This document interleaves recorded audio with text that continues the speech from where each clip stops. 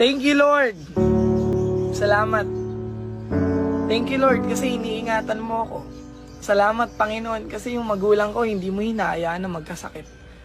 Panginoon, salamat kasi yung blessing lagi mong binibigay sa pamilya ko. Salamat, Lord, kasi kahit mahirap, pinaparamdam mo sa akin na kaya ko. Salamat, Panginoon, kasi sa dinabi-dami ng problema, bakit ako? Salamat, Panginoon, kasi china-challenge mo yung buhay ko. Alam niyo po, ikaw na nanonood, minsan magpasalamat ka sa Panginoon. Maganda man o pangit yung nangyayari sa buhay mo, matuto kang magpasalamat sa Panginoon.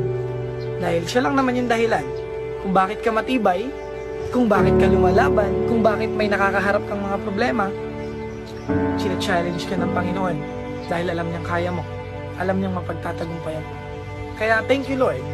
Salamat, Panginoon, kasi makulit man ako, nakakalimutan ko man madalas na manalangin sa'yo. Hindi man ako nakaka-attend ng simbahan para humingi ng patawad sa'yo. Salamat kasi lagi kang nandyan. Ginagabayan mo yung pamilya ko, binibigyan niyo po ako ng lakas, tinutulungan niyo po akong bumangon. Kaya bago po ako magtapos, gusto kong iwan sa inyo to. Magpasalamat ka sa Diyos, may kailangan ka man o wala. At yun yung pinakamahalaga. Kasi totoong may Diyos. Totoong iniingatan ka. Totoong mahal ka ng Diyos. Ngayon,